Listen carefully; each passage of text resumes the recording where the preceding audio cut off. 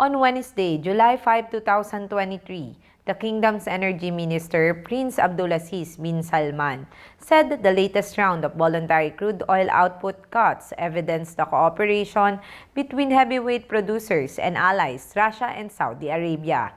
As per CNBC report, Saudi Arabia said on Monday, July 3, that it would extend the 1 million barrel per day production cut it had initially flagged for July into August, while Russia announced a 500,000 barrel per day decline in exports next month.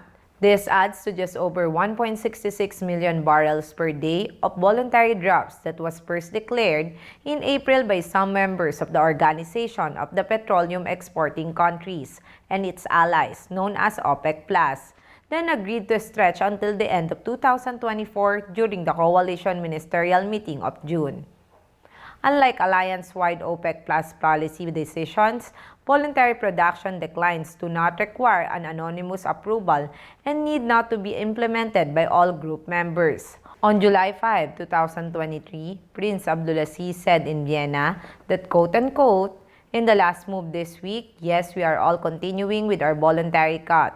But again, part of what we had done with our colleagues from Russia was also to mitigate the cynical side of spectators about what was going on with Saudi Arabia and Russia." According to Russian state news agency TASS, the Russian administration has suspended publishing official statistics for oil, natural gas, and gas condensate production until April 2024.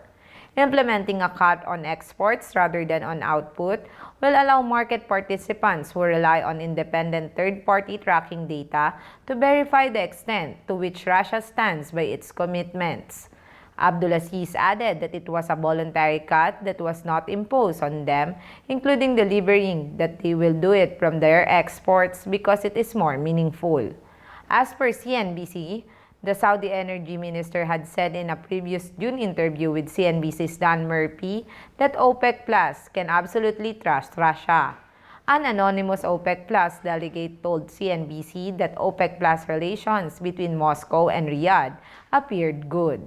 According to CNBC report, Brent prices have so far lingered just above the $75 per barrel threshold, drawing scant support from the voluntary decline announcements, amid a broader focus on demand and macroeconomic concerns over a potential global recession. Brent futures with September expiry were trading at $76.06 per barrel at 12:57 p.m. Vienna time, down 19% per barrel from the previous settlement price. Abdulaziz stressed the Producers Alliance will continue to closely support the market. I am Lovely Montoya of Manila STV.